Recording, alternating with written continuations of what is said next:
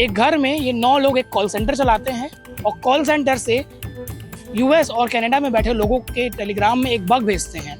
उस बग को ठीक करने के एवज में ये लोग कुछ पैसा मांगते हैं और वो पैसा जो है वो लोग क्रिप्टो करेंसी और यूएसटीडी के माध्यम से ई वॉलेट में लेते थे, जिसको हवाला के द्वारा वो रुपीज़ में कन्वर्ट करते थे। ये सारे जो इनके इलेक्ट्रॉनिक्स गैजेट्स मिले हैं उनका डिटेल लिया जाएगा और जितने भी इनके वॉलेट्स हैं उसको भी खंगाला जाएगा। इनके बैंक अकाउंट से उनको भी फ्रीज कराया जाएगा।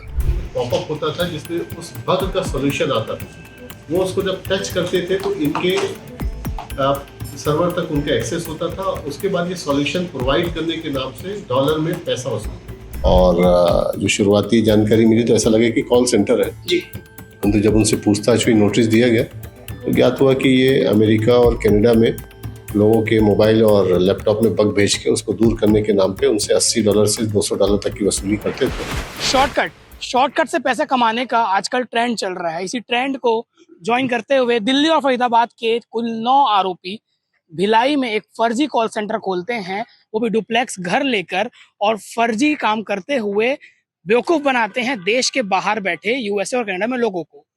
पूरा मामला क्या आपको बताता हूँ। भिलाई के एक जुनवानी में एक बड़े कॉलोनी में 9 लोगों को दुर्ग पुलिस ने गिरफ्तार किया है, जिसमें 2 फीमेल भी थी। उनका सबका नाम पहले बता देता हूँ। पहला आरोपी संतोष थापा जो मेघालय का रहने वाला है, दूसरा आरोपी मुकेश नाथ जो वो भी मेघालय का रहने वाला है, तीसरा आरोपी विवेक देव जो वो भी मेघालय, विशाल कर ये भी शिलोंग मेघालय, अनिश आर्यन ये भागलपुर बिहार का रहने वाला है, और अर्जुन शर्मा जो फरीदाबाद हरियाणा का रहने वाला है। वहीं अमित कुमार सिंह सरिता विहार नई दिल्ली का रहने वाला। 2 लड़कियों का नाम पियाला देवी जो भी मेघालय की रहने वाली, और एक नाम रिया राय उम्र 27 साल जो चौहान टाउन भिलाई की ही रहने वाली है।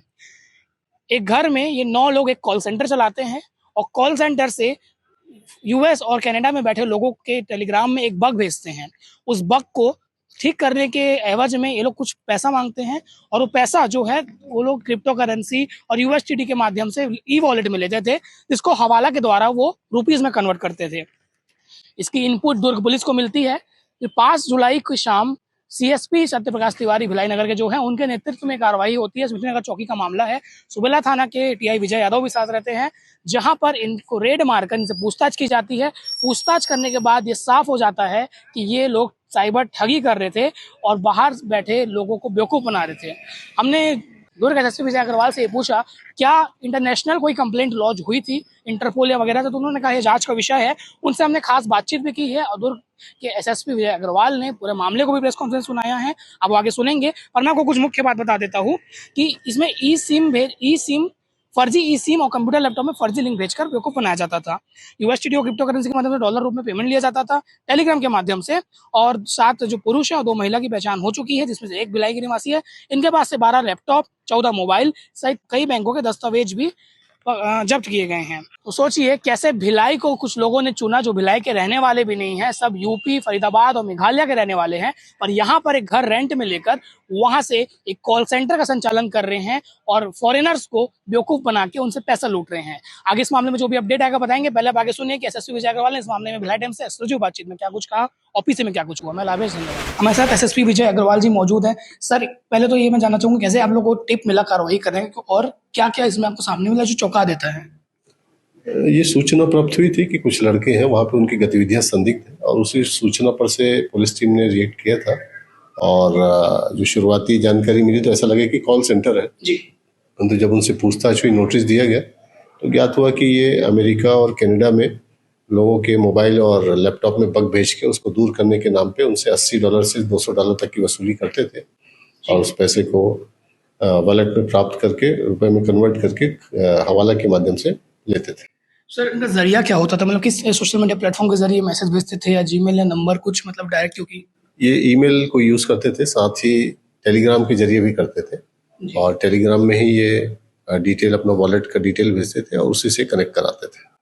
सर आप लोगों को जो टिप मिला उसके बाद आप लोगों ने एक ऐसा डाउटफुल बस जांच किया कि आप लोगों को पहले से कुछ पता था कि कुछ यहाँ पे फ्रॉड हो रहा है, क्योंकि साइबर फ्रॉड लगातार बढ़ रहा है, आप लोग की कार्रवाई भी चल रही लगातार, इस कारण से कमी भी आई है, तो ये कहीं या फिर फॉरेन से आप लोग के पास कुछ टिप आया था?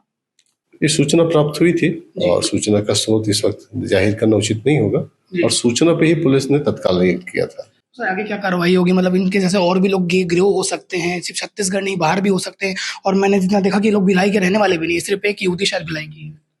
ये सारे जो इनके इलेक्ट्रॉनिक्स गैजेट्स मिले हैं उनका डिटेल लिया जाएगा और जितने भी इनके वॉलेट्स हैं उसको भी खंगाला जाएगा।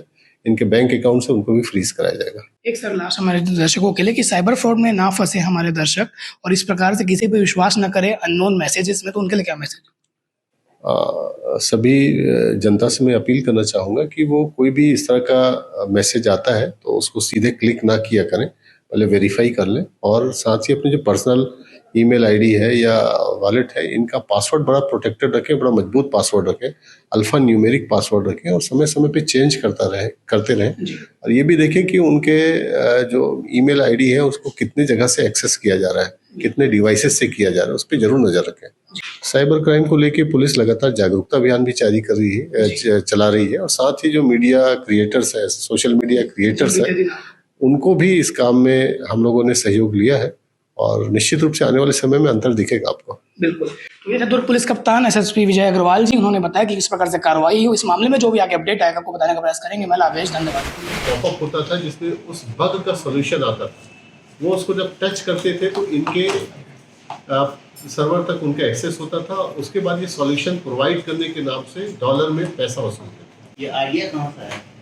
ये आइडिया इन्होंने, इनके जो मेंटर है वो फरीदाबाद के हैं, उसके बारे में जानकारी प्राप्त हुई है और पुलिस उस पर भी काम करेगी। तो अलग अलग मतलब राज्यों में भी इस प्रकार के गिरोह लोग पूछताछ में क्या बताया आपको?